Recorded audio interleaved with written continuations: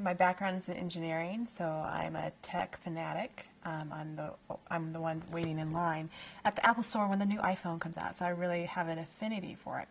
But I'm also critical of it and kind of thinking about kind of the digital divide, meaning kind of issues around access to technology and even learning about how to use technology and how do we teach technology to students to kind of to meet the demands of the 21st century, which I think is kind of a hollow way of saying it, but to also kind of empower them in their own kind of context and with the tools that they're using to help them express themselves, problem solve, and also just to learn and get access to other networks that might not be available right in their current situation. So there was a lot of talk about technology and digital natives, meaning, the kids who were born into a tech world, and about how they just come in kind of being magically they know technology and they're kind of native to it, so they don't really need to learn about it because they just know it. If you put it in the room, they'll discover and they'll explore. And I kind of questioned that. I was like, well, if we're discussing if this is true, well, let me put them in a situation with tools that they know how to use, and just put them in a situation where they have the option to innovate with the knowledge that they have. So what I did was basically take youth. These were community college students around 18, 19, so they've actually grown up with technology. There hasn't been a time when there wasn't a personal computer. And I put them in a situation where first I actually asked them to do the problem on paper without them knowing. I had a survey and other stuff that they were answering at the same time, but they did kind of a technology brain teaser. And so I just wanted to see if they could answer this on paper. So think about if I asked you to right now think about what is, I put 2 oranges and 2 apples in front of you and said how many fruit were there. You'd probably tell me it was 4. And then if I wrote that same problem on paper, you probably also tell me it was 4. so I wanted to do kind of something similar. Let me put in on paper task what this problem would be, and then see what would happen when they had to do it in the real world. What I exactly did was basically they did the survey, and then they had a little mini distractor task where they kind of talked about what they thought about technology, and they drew what was inside of technology, and then I put them in the real world situation, and I asked them to solve the task again, and there was a huge drop in performance, from going from this paper context where they're just imagining what they do to go into this real world context where they actually had it implemented, and not implement something that they didn't have the ability to do.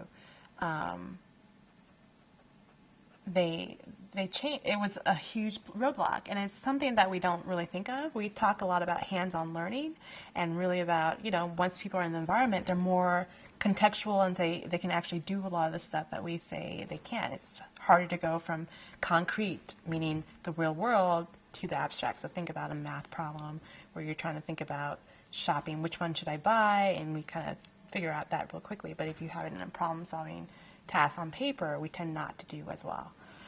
And so that drop in performance was actually a surprise, because you'd think if they could do it on paper, if you can do 2 plus 2 on paper, and then I asked you to do 2 plus 2 in a certain way in the physical world, and that didn't translate, you kind of like, wait, what? What happened?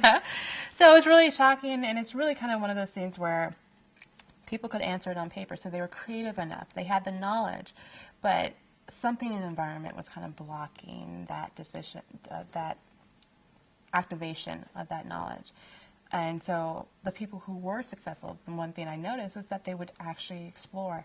They would touch things. They would look underneath the table. They would look underneath the printer and the computer. They would touch stuff. They're very physical about trying to get feedback from their environment, and they would stumble upon the solution. It wasn't something that they directly were thinking. I think we do a lot of stuff through thinking and not just trying and not just doing actions in the world, because our environment is a great feedback mechanism. If I throw something through the window, oh, okay, that's going to break the window. I've learned something, right? It gave me feedback about the world. So whereas the people who didn't solve the task, they were very much didn't touch anything outside of just the pencil and the paper. There was very much just kind of drawing and just doing something that they knew would work, but didn't really try to explore other alternatives. I think we give a lot of, we deliver content to students, especially through computers and technology. We see technology more as a content delivery system, even though we call it